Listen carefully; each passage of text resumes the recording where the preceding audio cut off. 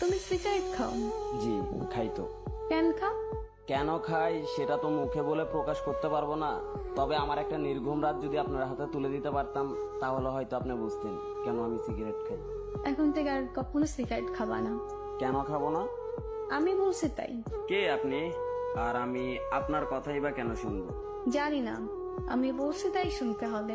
আপনি নিজেই তো নিজেকে ভালো করে জানেন না, আর আপনি আসতেন আমাকে শাসন করার জন্য। তুমি রাত যাবো? রাত জাগা পাখিরা রাত জাগবে, এটাই তো স্বাভাবিক।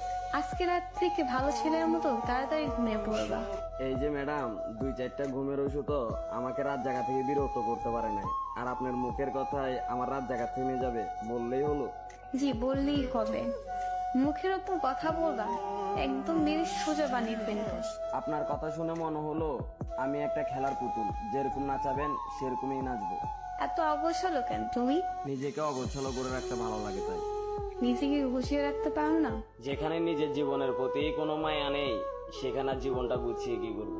ও আচ্ছা, তুমি এত উৎসুক না কেন? খাওয়া দাওয়া ঠিক মতো করো না? পরিবারের জন্য মাথা ভর্তি টেনশন, প্রিয় মানুষের দেওয়া আঘাত। সকালের খানাটা ঘুমে ঘুমিয়ে চলে যায়, দুপুরের খানাটা বিকাল 5টায়, রাতের খানাটা রাত 3টায়। তাহলে চিন্তা করেন শরীরটার কতটা ভালো থাকবে। এত এলোমেলো হচ্ছে কিভাবে? খেলার বয়সে পরিবারের দায়িত্বটা কাঁধে, আর আপনার মতো একটা মেয়ের জন্য নিজের জীবনটা উৎসর্গ করে। ও আচ্ছা, মানুষটা ভুল ছিল তাই ঠকে গেছো? আমি ঠকিনি, আমাকে ইচ্ছা করে ঠকানো হয়েছে। কিন্তু এরকম ভাবে জীবনে চলে না।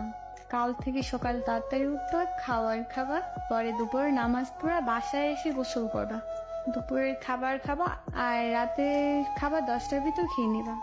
12টা অব্দি আমার সাথে কথা বলবা, তারপর 1 মিনিটও জেগে থাকবা না, বুঝতে পারছো?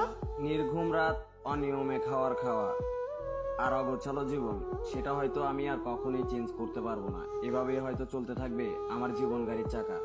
আর আপনি যদি মনে করেন যে আপনি এরকম নির্দেশনা দিয়ে আমার মনে জায়গা করে নেবেন তাহলে ভুল ভাবতেছেন, কারণ আমার মন দিল বলতে কিছুই নেই। তুমি তো দেখি অনেক কথা বল, যা বলবো ওইটা করবা। করবা মানে করবাই, না বললে মায়ের তো